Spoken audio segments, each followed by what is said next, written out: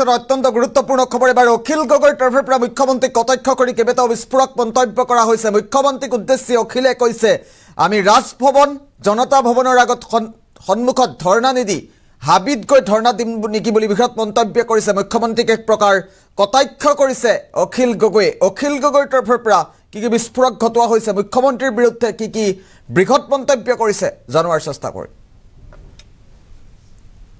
আমি হাবিত গৈ ধৰ্ণা দিম নেকি মুখ্যমন্ত্ৰী হিমন্ত বিশ্ব শৰ্মা, এয়া অখিল গগৈৰ প্ৰশ্ন।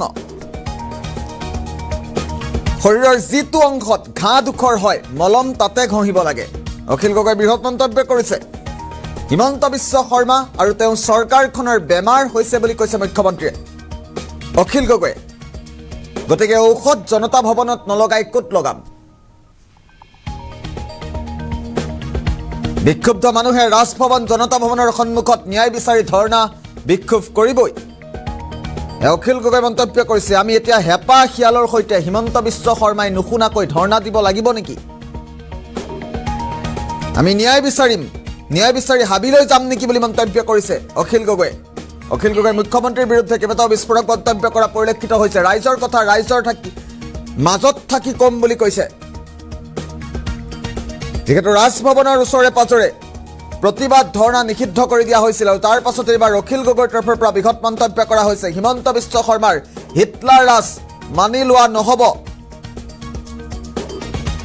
মন্তব্য কৰিছে শিৱসাগৰৰ বিধায়ক অখিল গগৈয়ে। অত্যন্ত গুৰুত্বপূৰ্ণ খবৰ এই মুহূৰ্তত জনাইছো। আমি হাবিত গৈ ধৰ্ণা দিম নেকি মুখ্যমন্ত্ৰী হিমন্ত বিশ্ব শৰ্মা, এইদৰে প্ৰশ্ন উত্থাপন কৰিছে অখিল গগৈয়ে। আমি হাবিত গৈ হেঁপাহ শিয়ালৰ সৈতে হিমন্ত বিশ্ব শৰ্মাই নুশুনাকৈ ধৰ্ণা দিব লাগিব নেকি? হিমন্ত বিশ্ব শৰ্মা আৰু তেওঁৰ চৰকাৰখনৰ বেমাৰ হৈছে বুলি কৈছে। গতিকে ঔষধ আমি জনতা ভৱনতেই লগাব লাগিব, জনতা ভৱনত নলগালে ক'ত লগাম, তাক লৈ প্ৰশ্ন উত্থাপন কৰিছে।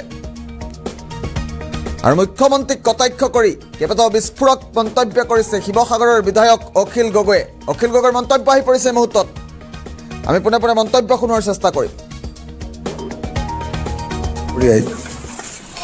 যি ধৰণে অসমত শাসন চলাইছে এইটো হিটলাৰ ৰাজৰ বাহিৰে আন একো নহয়।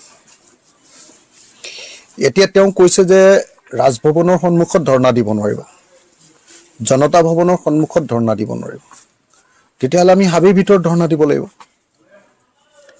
আপুনি চাওক, আপোনাৰ যিটো ঠাইত বেমাৰ হয়, যিটো দেহত বেমাৰ হয় সেইটো দেহতহে বেজি দিয়ে, হয়নে নহয়? ঔষধটো আপুনি মলম ক'ত লগাব? য'ত আপোনাৰ খৰটো হৈছে, য'ত আপোনাৰ ঘাঁটো হৈছে, তাতহে আপুনি মলমটো লগাব। কিন্তু এতিয়া হিমন্ত বিশ্ব শৰ্মাই কৈছে যে নহয়, ৰাজভৱনত বা জনতা ভৱনত য'ত মুখ্যমন্ত্ৰী বহি থাকে, য'ত ৰাজ্যপাল বহি থাকে, তাত আমি প্ৰতিবাদ কৰিব নোৱাৰিম। আজি অসমত আপোনালোকে সকলোৱে দেখিছে যে স্মাৰ্ট মিটাৰে যি পৰিস্থিতিৰ সৃষ্টি কৰিছে, অসমৰ গাঁৱৰ প্ৰত্যেক ঘৰ মানুহে আন্দোলন কৰিছে, প্ৰত্যেক ঘৰ মানুহে আন্দোলন কৰিছে। অসম ভাৰতবৰ্ষৰ ভিতৰত অকল এটাতে 1 নম্বৰ হৈছে, সেইটো হ'ল স্মাৰ্ট মিটাৰ লগোৱাত। অসমক ভাৰতৰ 1 নম্বৰ ৰাজ্য কৰিম বুলি কৈছিলে হিমন্ত বিশ্ব শৰ্মাই। 1 নম্বৰ কৰিব পাৰিলে অকল স্মাৰ্ট মিটাৰ লগোৱাত, অৰ্থাৎ অসমৰ মানুহক লুণ্ঠন কৰাত 1 নম্বৰ কৰিব পাৰিলে। আৰু 1 নম্বৰ ক'ত হ'ল? 1 নম্বৰ হ'ল শিশু মৃত্যুৰ হাৰত, ইনফেণ্ট মৰ্টেলিটি ৰেট, বাচ্চা জন্ম হওঁতে বাচ্চাটো মৃত্যুৰ হাৰত 1 নম্বৰ ভাৰতৰ ভিতৰত। মেটাৰনেল মৰ্টেলিটি ৰেট, অৰ্থাৎ প্ৰসূতি মৃত্যুৰ হাৰত অসম ভাৰতবৰ্ষৰ ভিতৰত 3 নম্বৰ। আপোনাৰ বিদ্যালয় এৰাৰ ক্ষেত্ৰত অসম ভাৰতবৰ্ষৰ ভিতৰত 1 নম্বৰ, আধাতে বিদ্যালয় ল'ৰা ছোৱালীবিলাকে এৰি দিয়াৰ ক্ষেত্ৰত। আৰু 4 নম্বৰ কিহত হৈছে যে তলফালৰ পৰা 4 নম্বৰ হৈছে কিহত যে গড় জনমূৰি আয়ৰ ক্ষেত্ৰত। গোটেই ভাৰতবৰ্ষৰ 33খন ৰাজ্যৰ ভিতৰত তলফালৰ পৰা আমি 4 নম্বৰ হৈছোঁ গড় জনমূৰি আয়ৰ ক্ষেত্ৰত। গতিকে এইটোৱে প্ৰমাণ কৰে যে অসম চৰকাৰখন সম্পূৰ্ণৰূপে ব্যৰ্থ হৈছে। অসম চৰকাৰখনে তেওঁলোকৰ প্ৰতিশ্ৰুতি পূৰণ কৰিব পৰা নাই। অসম চৰকাৰখনে আজি মানুহৰ ঘৰত অত্যাচাৰ কৰি আপোনাৰ স্মাৰ্ট মিটাৰ লগাইছে। মানুহ নথকা অৱস্থাত জোৰ কৰি স্মাৰ্ট মিটাৰ লগাই থৈ আহে।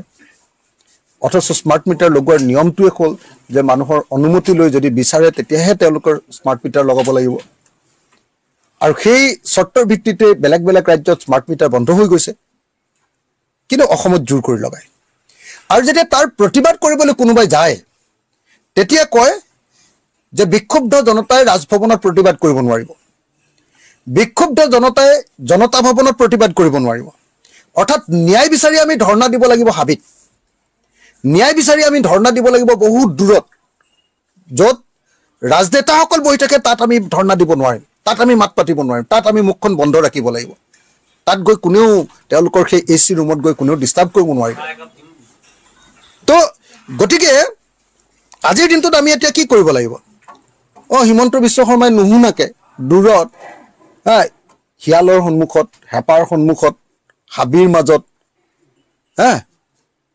কাজিৰঙাৰ গড়গিটাৰ মাজত এতিয়া ধৰ্ণা মাৰিলেগৈ হ'ব গতিকে আমি ৰাইজৰ মাজত আছো ৰাইজৰ মাজত থাকিম ৰাইজৰ সন্মুখত ধৰ্ণা দিম মুখ্যমন্ত্ৰীৰ সন্মুখত ধৰ্ণা দিম আসাম এছেম্বলিত অসম জনতা ভৱনত ধৰ্ণা দিম আমি ৰাজভৱনত ধৰ্ণা দিম এটোৰ পৰা আমাক কোনেও বিৰত কৰিব নোৱাৰে কোন হিমন্ত বিশ্ব শৰ্মা যে আমাৰ অসমৰ মানুহক ধৰ্ণা দিয়াৰ পৰা প্ৰতিবাদ কৰাৰ পৰা এনেকৈ বিৰত কৰিব কৈছে আজিৰ দিনটোত কংগ্ৰেছ দলৰ ইউথ কংগ্ৰেছৰ অল ইণ্ডিয়াৰ সভাপতিজনক যি ধৰণে নজৰবন্দী কৰিছে এইটো এটা নজিৰবিহীন ঘটনা প্ৰতিবাদ কৰিবলৈকে পোৱা নাই হোটেলতে গৈ তেওঁক নজৰবন্দী কৰিছে এইটো এটা নজিৰবিহীন ঘটনা এনেকুৱা অসমৰ মুখ্যমন্ত্ৰী ডাঙৰীয়াই যি ধৰণে অসমত শাসন